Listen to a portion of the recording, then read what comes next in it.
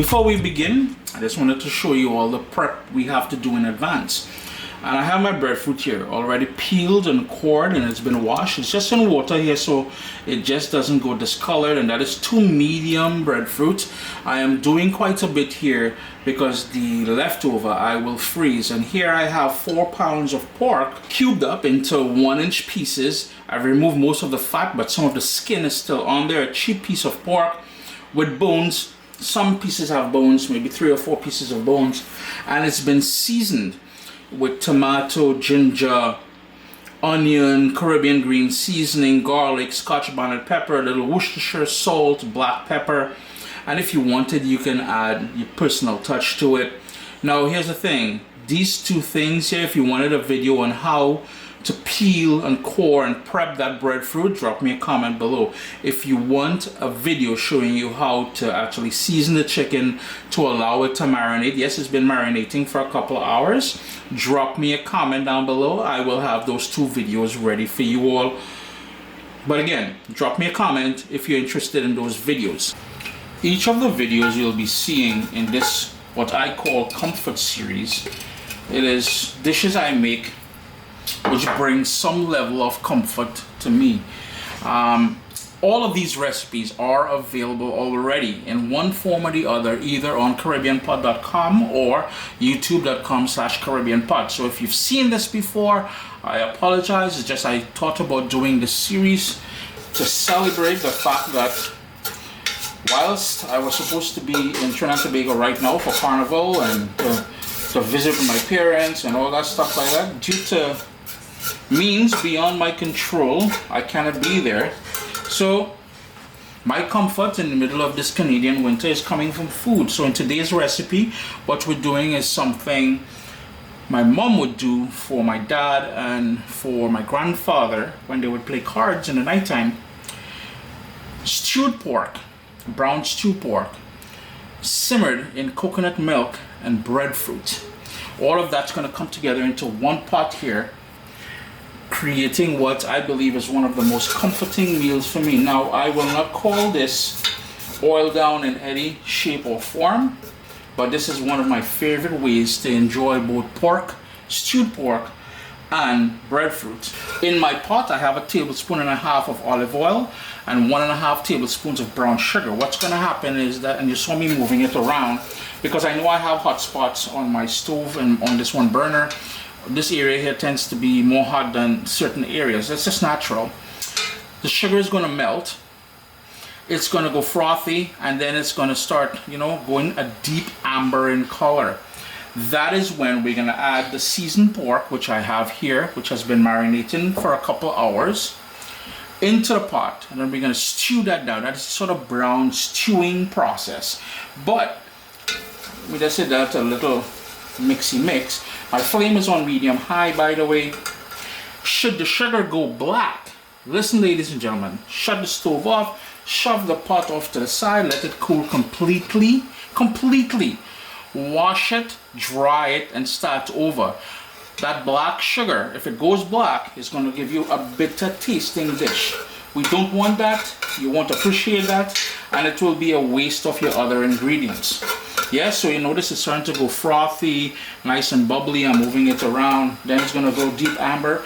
The one thing I must make you aware of is that the kitchen will become smoky if, it's in the middle of the winter here, so all windows, everything is closed. So you will need to turn the fan on over your stove. You can't really see inside the pot. It's a deep amber. And before it goes black, we're going to add all of that pork.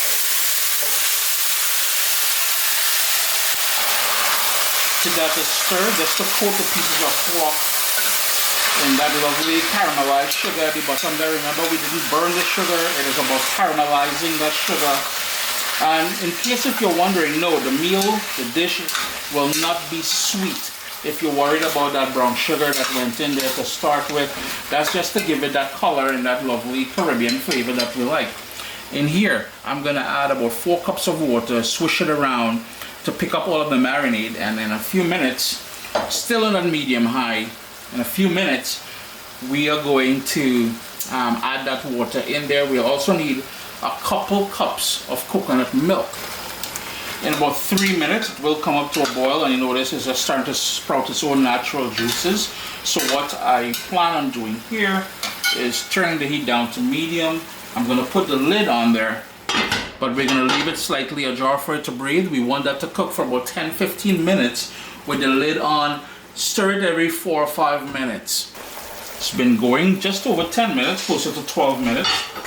And you notice the lovely color is starting to take over. We want to further enhance that color and deepen the sort of stew flavor. So what we'll do is all of this natural liquid, and you would have seen me do this in other brown stew recipes, or stew recipes as I like to call it. I didn't grow up calling this brown stew. So to do that, we're going to crank up the heat to medium high, and we'll burn off all of that natural liquid in there. In doing so, it will fortify the pork with that lovely Caribbean stew flavor. Then we're going to add the breadfruit to the pot, the coconut milk, that water, and we're going to let that braise anywhere from an hour and a half to 2 hours, because we want everything to come together nicely, be so tender that all you need is a fork. Forget knife, we don't even need a knife. A fork, not boy, teeth. That's all you need is teeth to chew this thing. False teeth working too. You can gum it down, it's totally up to you. It took a further 6 minutes for that liquid to burn off there. So you see the bottom of the pot is nice and dry. What we're going to do now is add that water. We will need some more water, but we will know in a few minutes. Well, in a minute or so. And the coconut milk. I'm going to rinse this out to get all of that coconut milk. Just move that around a bit. I'm going to add 1 more cup of water. Rinse out that coconut milk. Bang. My heat is still on high, and at this point is where it's time to start adding the pieces of breadfruit, tucking it down into that liquid. And this is why I said you'll need to adjust the liquid a bit more depending on how much, because we really need everything to be covered. And the goal now is to bring this back up to a boil, reduce it to a simmer, lid on, and let that cook until it's nice and tender. Like I said earlier, boy, I sounded like a ignorant teacher there, boy. Like I said, Chris, boy. Anyhow, what I suggested earlier is that we'll need more liquid for that. We want that nice and tender. I'm bringing that up to a boil. I'm just going to add another cup of water to it as it comes up to a boil. Try and tuck it down. If you have some dasheen bush leaves or some spinach or whatever, you can organize accordingly. But for now, we're bringing this up to a boil. It's starting to come up to a boil. You see little bubbles coming up here. So I'm going to turn my heat down to medium low. I'm going to toss the lid on there as we normally do, and I'm going to leave it slightly ajar. What I'm going to do in about 15 minutes time, I'm going to stir it, because I want the pieces which are floating on the top there just to flip them over to be in that liquid. And I'm going to do that every 20 minutes or so. The last half an hour you really don't have to worry too much, because at that point you'll start breaking it up and it's going to go to mush and all these different things, and you want that breadfruit to hold its shape. Comfort food, Uncle Chris. I've got, I think, 5 recipes coming back to back right there. Don't worry, you will see. It's been going for about half an hour now, and you can see I've been stirring it ever so often, tucking down the pieces of breadfruit in there. It's important that the pieces of pork is completely submerged in the coconut milk braising liquid there. No, we don't want to add any stock, any kind of beef stock or chicken stock or anything. We don't want to taint the flavor of that stew along with the coconut milk. But I just wanted to show you all where we are at after 30 minutes of cooking. Lid back on, slightly ajar, and let that keep going. 1 hour and 35 minutes later, this is where we at. Now here is where personalizations is going to start happening.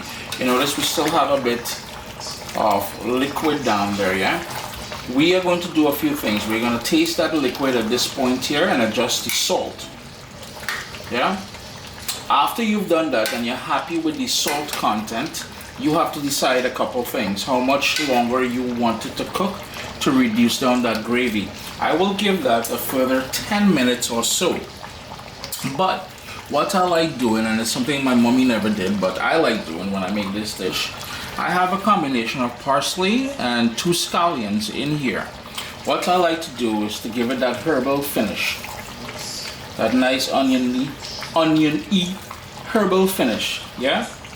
So taste it, adjust the salt. If you want to add that herbal finish, do that. Let that cook down for about 10-15 minutes more and you're good to go. Sup soldiers? Listen, if you enjoy this recipe, I'd really appreciate it if you hit subscribe and click that bell notification thing. If you've made the recipe, take a picture and send it to me. Email address down here.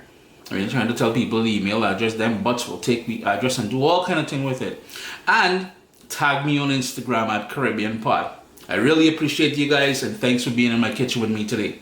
Irie. Chris here, CaribbeanPot.com. I do hope you get an opportunity to give this one a try. Episode 1 of my comfort series. This is comfort food for me. And I hope it becomes, part of your repertoire as well. Stewed pork, coconut milk. We got a whole bunch of herbs and seasonings and stuff in there from the green seasoning that we added and the garlic and everything else.